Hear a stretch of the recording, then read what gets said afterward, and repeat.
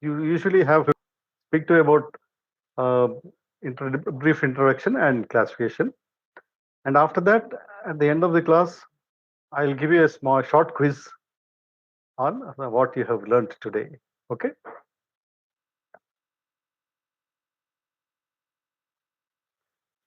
So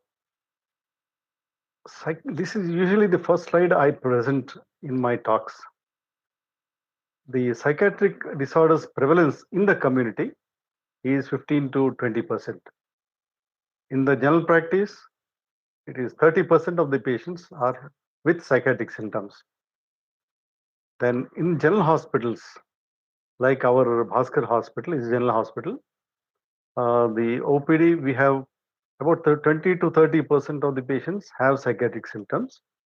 And in the inpatients, 25 to 40% have psychiatric symptoms. So this data has been given in your Davidson's textbook of medicine. I think most of you follow Davidson's practice of medicine. So this is the magnitude of the problem of psychiatry. Then this shows you why you require to learn a little about psychiatry and to learn the basic skills in diagnosing psychiatric disorders or initiating the treatment of psychiatric disorders. So, in psychiatric disorders, there can be a disturbance in perception, emotions, thinking. Perception is we perceive the environment through our sense organs, the eyes, ears, nose, whatever we see, we hear.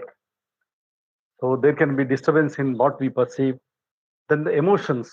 Emotions are what we feel like happiness, sadness, anger. These are the emotions. Then thinking, our thoughts, are they coherent or incoherent? Or do we have any baseless suspicions? Uh, or our speech is abnormal? After all, our speech reflects our thinking. So the disturbance can be in any of these areas: perception, emotions, or thinking.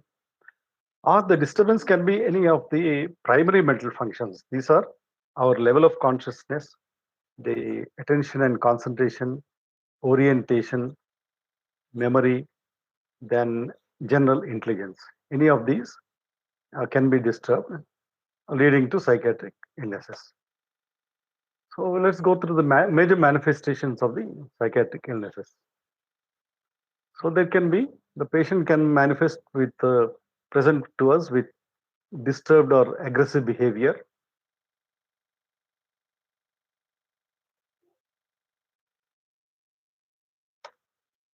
or he can have delusions or hallucinations. They can have depressive symptoms, or anxiety symptoms, or they can manifest with deliberate self-harm or suicidal ideation. Deliberate self-harm is a respectable term used for suicide. Or they can have alcohol misuse and withdrawal, especially in these parts of the country, our parts, alcohol uh, abuse is very common. So we do get a lot of cases in the hospital. Misuse of drugs other than alcohol, like other intoxicating drugs, LSD and other marijuana and other things. Or there can be medically unexplained physical symptoms and functional somatic symptoms. Patients comes to you with symptoms like can be pain abdomen, vomiting, and so on. But when you take the history, when you do the examination, when you do the various exam tests, lab tests, X-rays, and other things, you can't find any organic illness. Uh, so they are probably most of them they have a psychiatric or psychological basis for these symptoms. So first, let us deal with disturbed and aggressive behavior. So this is where a person becomes violent or screaming, shouting, or beating, uh, or even uh, physical abuse. So this can be due to either a personality trait This is called Asura Sampada. It has been called in Gita. That is demonic traits. Some people have these personality traits. They don't suffer from any intoxication or schizophrenia or anything, but their nature, by nature, some people are small proportion of people. They're very aggressive and violent. Then this aggressive behavior can be due to intoxication or delirium. When they get drunk, when they are drinking heavily, at that time they can have an intoxication and then they become aggressive. Or during the withdrawal period, like heavy alcoholics, chronic alcoholics, when they stop drinking suddenly, they can go into delirium. Uh, these are conditions where an identifiable structural or functional brain disease is explains the psychiatric symptoms. Or the aggressive behavior can be due to non-organic or functional psychosis, such as schizophrenia or mania. So, when a person is brought to you with aggressive behavior or violent behavior, how do you manage? This we do come across in casualties on medical and other surgical wards, ICUs sometimes. So, everybody should know how to manage these cases. So, first we have to find out whether it is due to a psychiatric illness or not, whether it is due to a character trait or a personality disorder. Then it is not a medical case. We have no role. We have to hand over to the police. Law has to deal with this sort of aggressive behavior where you see these things in riots and other violent incidents in the society. So there we don't have much role. We have to, of course, when the patient is brought to us, we have to do a proper examination, analysis, and then come to a diagnosis. If once we feel that yes, it's not due to any psychiatric illness, then we can hand over to the police. Then, if it is due to a psychiatric illness, we should know whether it is, we should establish whether it is an organic illness, organic brain disease, or a functional illness, that is non-organic illness. So, uh, we have to look for cognitive impairment in the patient. Cognitive impairment is lowered consciousness, impaired memory, disorientation. These are the symptoms of cognitive impairment. Then, does he have any paranoid delusions or persecutory delusions? As that is he suspicious of everybody around him? Is he suspicious of the doctor also, or the persons who have brought him here? These are persecutory delusions. Or if we should also look for any aggressive or suicidal intent. Then, when we find this sort of aggressive behavior, as a first aid, we have to first control the violent behavior. So we need to tranquilize him. The best medicine is haloperidol. It is available in the form of injection. We can give each ampule contains 5 mg, 1 ml in 5 mg. We have to give 2.5 to 5 mg intramuscular. Then we can also repeat SOS as and when required later on. So this is usually the first aid for aggressive behavior, whether it is due to organic cause or a functional cause. Then, when the patient comes to you with delusions and hallucinations, these are diagnostic of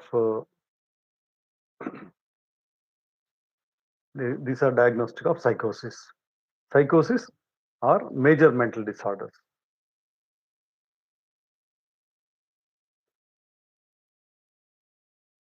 So, what are the conditions where you find delusions and hallucinations? One is organic psychosis. It can be acute or chronic. When it is acute, it is called delirium. That is, there is a disturbance in the either in the structure of the brain or in the function of the brain. That is, the disease is elsewhere.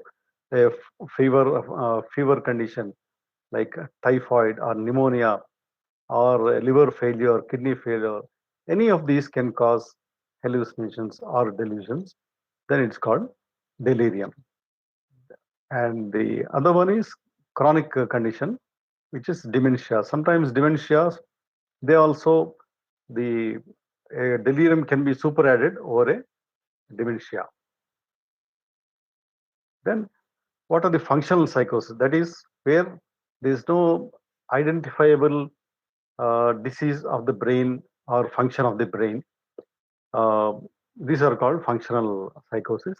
Examples are schizophrenias, manias, depression with psychosis, or rarely delusional disorders. So these are the various conditions where you find delusions and hallucinations. So what are delusions? Delusions are uh, delusions are false beliefs, false unshakable beliefs, which persist in spite of any amount of convincing them, in spite of evidence to the contrary, and not shared by the society. These are false beliefs, fixed beliefs. These are called delusions. And hallucinations are these are abnormal perceptions, the perceptions which occur in the absence of a stimulus. That is, there is no stimulus of a sound, but patient hears sounds or he sees visions when they are not actually there. So these are delusions and hallucinations. So specific treatment is for the cause of delirium. Suppose it's due to delirium, we have to treat the underlying condition. Like if it is a typhoid, we have to treat with chloromphenical or whatever drugs are there. Then if it is due to epileptic delirium, post-epileptic delirium, we have to put him on anti-epileptics. Then if it's post-operative, sometimes in the post-operative ward, certain people go into deliria. They are either due to some metabolic disturbance or a uh, electrolyte imbalance or something else. They may get delirium. There we have to treat them. So there we treat with antipsychotics, for example, haloperidol or lorazepam. Lorazepam is a benzodiazepine we use for alcoholic withdrawal delirium. Antipsychotics for all case of psychosis or delirium. Then we could go to the next common symptom, depressive symptoms. In this, there can be psychological symptoms, somatic symptoms, or vegetative symptoms. In the psychological symptoms of depression are all these are sad mood, excessively sad mood, reduced self-esteem. The patient thinks very low of himself. I'm good for nothing. I'm a waste fellow. Like that, he thinks. He's pessimistic. He thinks I'm going to fail in this exam. Whatever I do, whatever amount of hard work I do, I'm going to fail. He's pessimistic. Guilt. Sometimes patient feels guilty that yes, he has done a wrong thing. It is due to my fault only. My father died. I did not give treatment properly to my patient or my relative. That sort of guilt patient can have. Loss of interest. In severely depressed persons, they're not interested in going to college, not interested in going to work, not interested in any useful activity. Anhedonia is lack of pleasure. When the person goes through depression, he doesn't enjoy jokes, he doesn't enjoy a movie or the company of friends. Like if he's a grandfather, usually they are happy with when the grandchildren run around and make noise. But when he's in depression, he gets irritated and he shouts at the children. Then when the depression goes into a peak, it leads to suicidal ideas and suicidal attempts also. It can affect any age.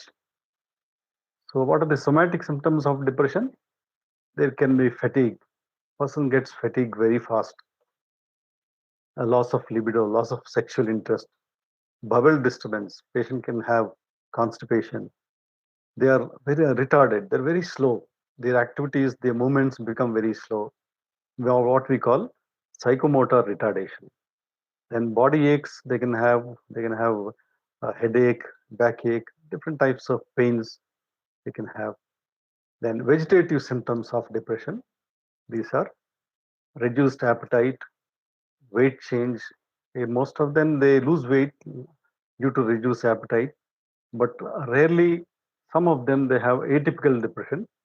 There they indulge in excessive eating and gain weight and disturb sleep. Most of them they have insomnia, either initial insomnia, that is difficulty in falling asleep, or they may have difficulty in maintaining sleep, uh, or sometimes, rarely in atypical depressions, they sleep excessively. So, this depressive symptoms can occur in various conditions, like we call them organic affective disorders in cerebrovascular disease, epilepsy, Parkinson's, Alzheimer's, cerebral tumor, multiple sclerosis. These all conditions where the patient can present first with depression, then you find the physical symptoms and signs. Huntington's chorea. Then, among the endocrine disorders, hypothyroidism commonly presents as depression. Sometimes patients we treat with antidepressants, they don't improve. Then when we assess the thyroid functions, the patient has raised levels of TSH, low T3, T4.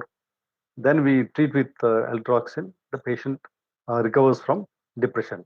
But hypothyroidism is an important cause of depression. And rarely Cushing's or Addison's disease, then hyperparathyroidism, then certain infections, they can be associated with depression, like typhoid, glandular fever, herpes simplex, brucellosis, because some of them are rare. During the illness or during the recovery, they can have depression. Then some of the connective tissue disorders like SLE, malignancies, many of the cancers, they have patients have depression. In fact, some of them, when they can't tolerate the pain of the cancer, they even go to the extent of suicide.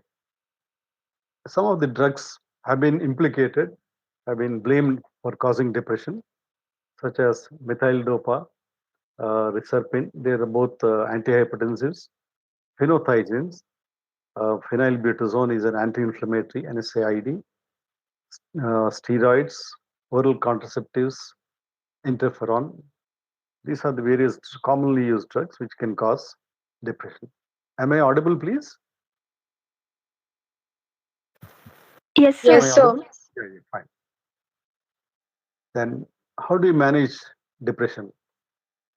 Initial management, ask patient about symptoms of depression, then whether they are sleeping well, whether they are feeling all right, whether they are feeling unhappy, sad. Then assess for suicidal ideas, especially when you see that patient is really depressed. You must assess the suicidal risk in such a patient.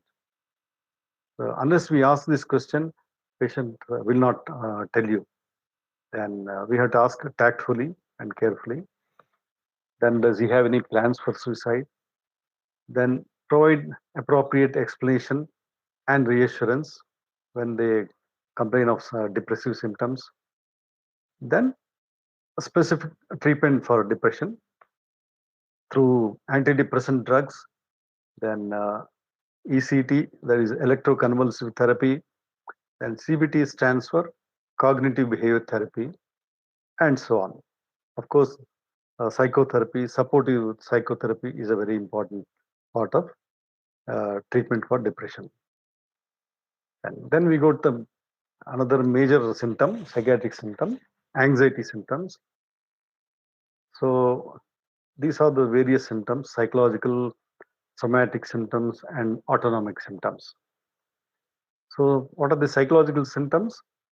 Patient has apprehension. He fears that something wrong is going to happen, something bad is going to happen, fear of impending disaster, or he may look irritable, he may look jittery, then they can have depersonalization. They feel that it is the body is changed or the world is changed. It doesn't look the same. Uh, then they can have poor concentration.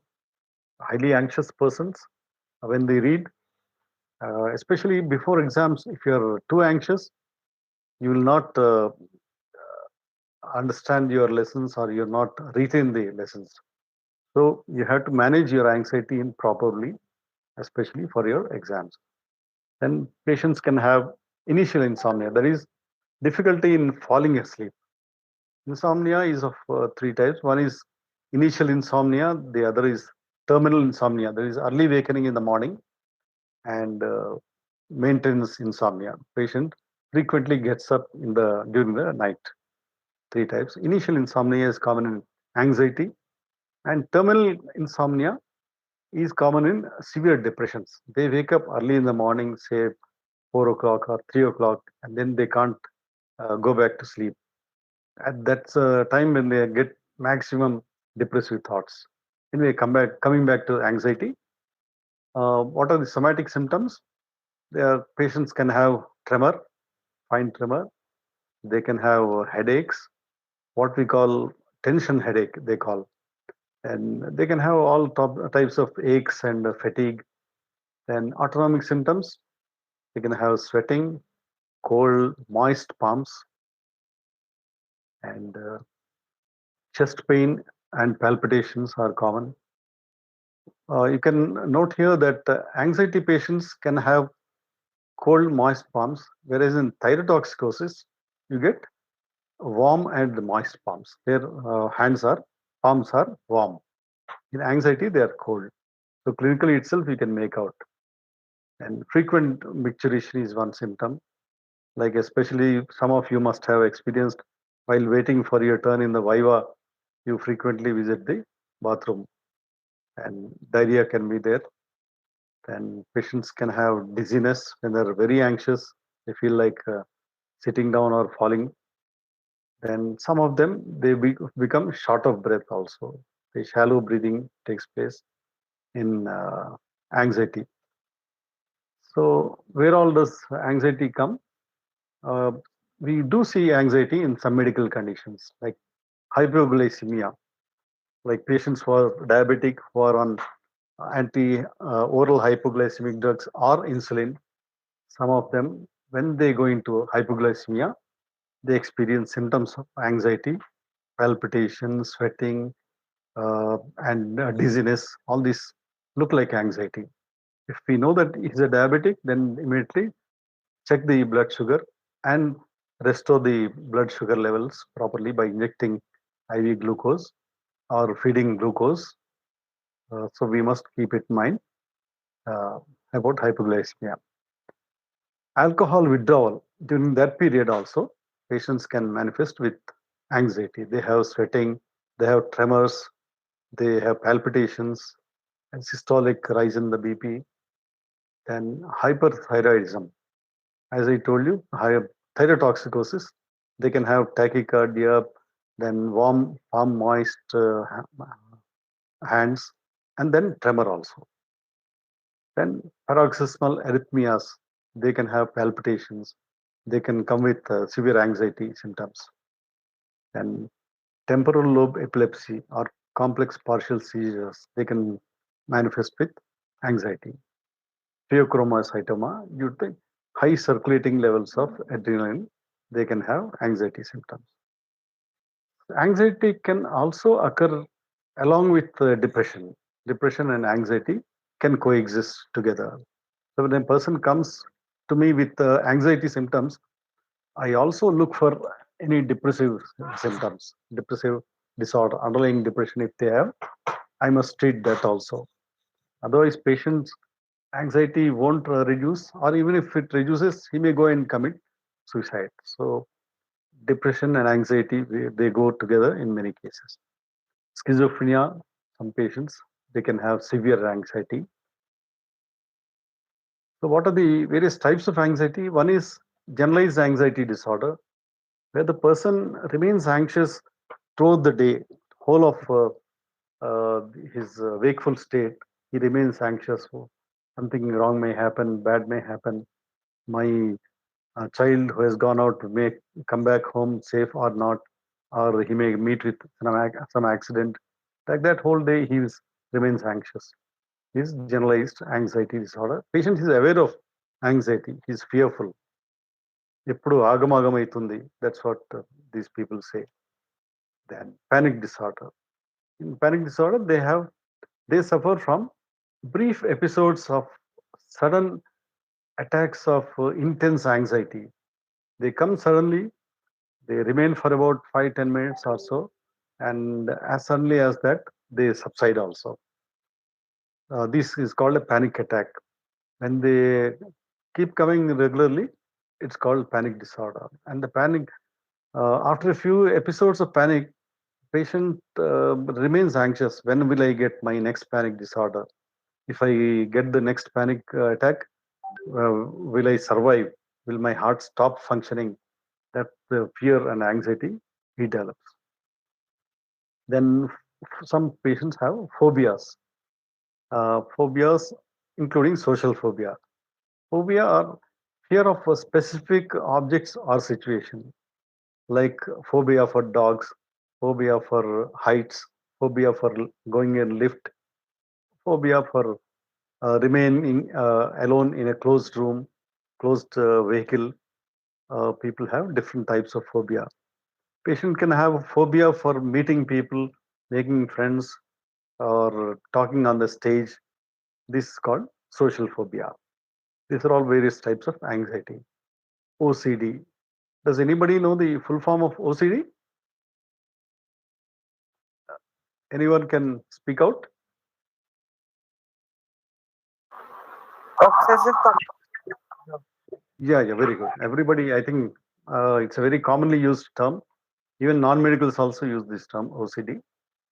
These patients suffer from obsessions and or compulsions. Obsessions are recurrent intrusive thoughts, fears, images, or impulses, whereas compulsions are acts, repetitive acts like checking or cleaning or washing or uttering some certain things repeatedly. These are compulsions. Sometimes patient indulges in compulsions in order to reduce the obsessions. So this also in between period they have intense anxiety. So this also has been clubbed into type of anxiety only. Then lastly, what's called post-traumatic stress disorder. Like after a very serious trauma like an earthquake or a bombing or a fire accident, the patient keeps getting recurrent memories of those that particular accident, the persons he lost, somebody died or mutilated. These things keep returning to his memory, and he cannot sleep. He remains anxious, or he may even go into depression. This is called post-traumatic disorder. This responds also to very well to medicines, anti-anxiety medicines. So how do we manage? First, we have to elicit patient's worries, concerns, and provide appropriate reassurance. What is the exact symptom of anxiety? What is worried about? Is it about his examination?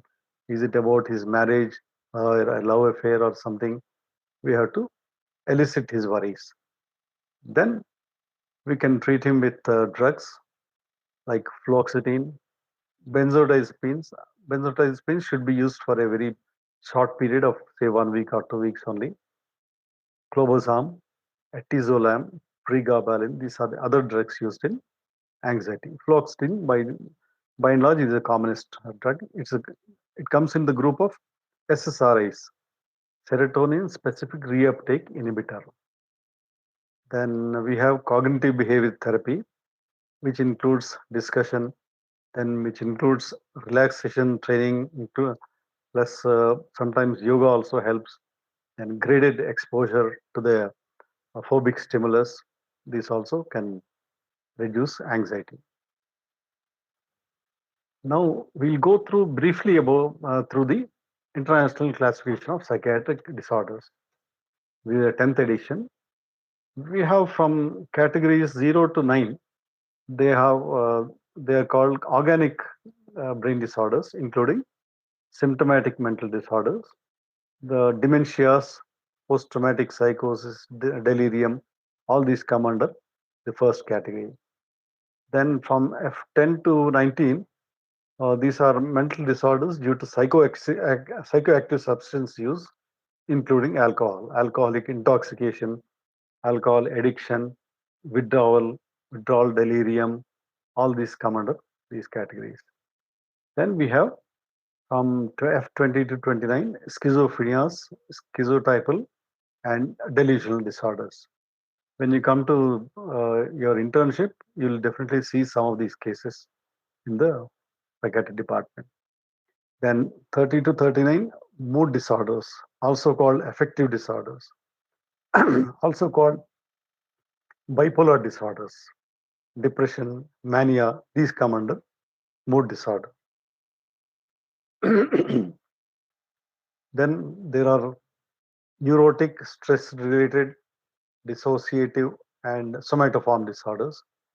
We can have in that phobic anxiety, then generalized anxiety,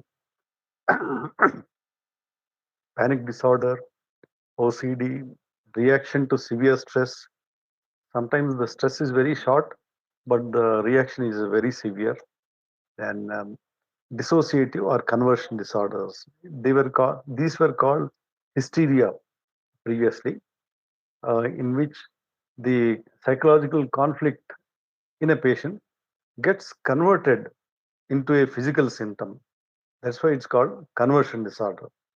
Patients has got a psychological conflict which he cannot solve himself. So the anxiety due to the conflict gets suppressed, and he develops a physical symptom, say aphonia or a seizure or vomitings or any symptoms, any physical symptom, or paralysis or blindness. It's called hysterical blindness, deafness, any of these without any organic underlying disease. We develop these symptoms, physical symptoms. Then we have somatoform disorders, then hypochondriacal disorder, including about this COVID-19. Now we have quite a number of patients we are getting who don't have any symptom of COVID, but they go on getting their uh, nasal swabs and blood tested for any infection. Then every time it comes negative, then they're scared, they remain anxious throughout. So this called hypochondriacal disorder. Then we have behavioral syndrome associated with physiological disturbances and physical factors, like we have eating disorders. You must have heard of anorexia nervosa, bulimia nervosa, then sleeping disorders, insomnia, or narcolepsy, or premenstrual syndrome, and then sexual functions, dysfunctions, then puerperal mental disorders like postpartum psychosis, postpartum blues, postpartum depressions, then non-dependent abuse of substance. That is, they're not very dependent, but they are. It's causing the drinking or the substance abuse is causing disturbance in their social functioning. All these places, in all these conditions, they can definitely benefited by psychiatric intervention and treatment. Then there are disorders of personality. Either they can be specific personality disorders like narcissistic or antisocial personality disorder, habit impulse disorders like gambling, fire setting, stealing. This also can be a part of mental illness. Gender identity disorders, transsexualism, disorders of sexual preference such as exhibitionism, voyeurism, sadomasochism, then various types of mental retardation. Normal IQ is between 90 and 110. Between 70 and 90, it's called borderline IQ. Below that, it comes under uh, mental retardation. It's mild, moderate, severe, or profound, depending on the level of the IQ. It is tested through standard tests, IQ tests. Then we can have specific developmental disorders like dyslexias, disorders of speech, language, scholastic skills, and what we call infantile autism. That also comes under psychiatric care. Then we have behavioral and emotional disorders with onset usually in childhood, like ADHD, attention deficit and hyperactive disorder, conduct disorders, and tic disorders, and so on. So these are the various psychiatric disorders. We'll have a short quiz. I'll display the question. Any of you can unmute yourself and answer. First, we have 10 questions. What is the prevalence of psychiatric symptoms in general medical practice? Is it 1%, 5%, 10%, or 30%? 30%. 30%. 30, right. 30% of general medical practice patients, they come with psychiatric symptoms. So unless you are aware and you keep looking for these symptoms, you're going to miss. You'll keep treating their physical symptoms for antibiotics and symptomatic and all that. Patients don't improve unless you go into the cause of anxiety and treat them appropriately.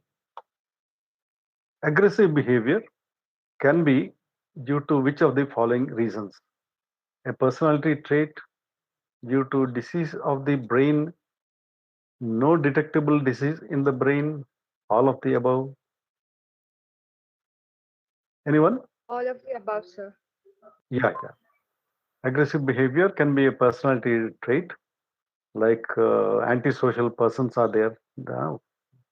They can, plus in delirium, that is whether it's post-epileptic delirium or alcohol withdrawal delirium, they can have. Or in functional mental disorders like schizophrenia or mania, we can have aggressive behavior. Answer is D. Management of aggressive behavior due to psychosis. Psychosis, as I told you, is a major mental disorder manifesting in hallucinations and delusions. So, if it's due to psychosis, should we hand over to the police? Should we treat with antidepressants, injectable haloperidol, or oral benzodiazepine? Injectable haloperidol. Yeah, correct. Haloperidol is an antipsychotic.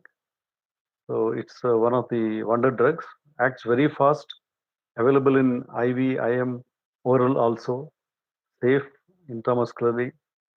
We have to, in emergencies, in ICUs, in casualties, we can safely use intramuscular up to 5 ml, 5 mg of haloperidol we can use. It calms down the patient. The common side effect is immediately you can have dystonia, that is orofacial acute dystonic reaction one can have. So if you have to give repeated doses of haloperidol, we combine with Phenergan, that is promethazine. It's an antihistaminic drug. If we combine, that will prevent the occurrence of dystonic reactions. So delusion is a false perception of an existing stimulus, false unshakable belief which persists in spite of evidence to the contrary. Is it a false perception in the absence of an external stimulus? Or is it a disturbance of emotion? Option B, sir. Yeah, it's a false unshakable belief which persists in spite of evidence to the contrary. So it's a disturbance of the thinking process.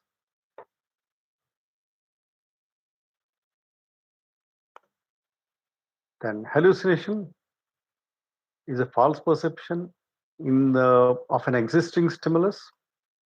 or false unshakable belief. This we have covered in the previous one. False perception in the absence of an external stimulus or a disturbance of emotion. C, sir. Option C. See, false perception in the absence of an external stimulus.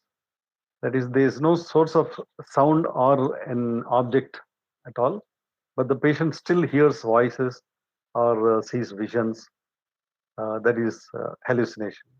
The first one, false perception of an existing stimulus, is called illusion. The classical example given is a rope appearing as a snake, especially when the light is dim, twilight, when you're walking in a little dark, that faint light is there. There, if you see a rope, you can mistake it as a snake. It's called illusion. Second, B is delusion. Last one, disturbance of emotions are your affective disorders, depression, or mania. Pessimism and what is that? Suicidal thinking are seen in anxiety disorder, psychosis like schizophrenia, depressive disorder, none of the above, pessimism and suicidal thinking. Depressive. C. Depressive disorder. Yeah. Pessimism means patient is thinking negatively about the future, negative outlook of the future. That is pessimism. I'm going to fail in the exam. I'm going to, I can never learn driving. I'm going to meet with an accident. Like that, he is always pessimistic. Disturbance of sleep can occur in which of the following conditions? Psychosis like schizophrenia, delirium like alcoholic delirium tremens, depression, all of the above.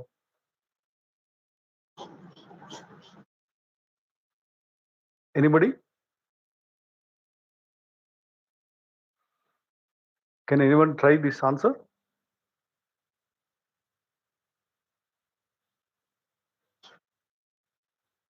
Anyone can try? C. Depression, sir. C. Now, depression, sleep disturbance is there, we have covered. How about psychosis? Schizophrenia, psychosis also. Sleep disturbance is also common in schizophrenia, mania. Delirium, alcoholic delirium is very common. The whole night patient will not sleep. Neither he will sleep nor he will allow the doctors to sleep in the ICUs. They're mostly treated in the ICUs. They are also sleepless. So sleepless, this disturbance of sleep is a very common symptom in psychiatric illnesses, most of the diseases. That's why when we go for morning rounds, we ask every patient, how was your sleep in the last night? That's a very most important question we ask the patients. So all these conditions have. Depression can occur in which of the following conditions? Epilepsy, Parkinson's, hypothyroidism, all of the above. All of the above, sir. Yeah. And any of these conditions can present with depression. Parkinson also is very common in with depression. Palpitations, cold and moist palms are seen in depression, anxiety, thyrotoxicosis, or a psychosis like schizophrenia. Anxiety, sir. Yeah. B, anxiety. Thyrotoxicosis, I told you the differential diagnosis. They are warm and moist palms. Anxiety, they are cold and moist. B is the right answer. Last question. Anxiety symptoms can be seen in hypoglycemia, thyrotoxicosis, paroxysmal arrhythmias, all of the above. Anxiety symptoms. All of the above, All of sir. the above. Anxiety symptoms like fear, palpitations, tremor, all these symptoms seen in hyperglycemia, thyrotoxicosis, and paroxysmal arrhythmias also. So answer is, oh, sorry, it's wrongly printed. It should be D. Answer is D. Yeah. Any questions from the students?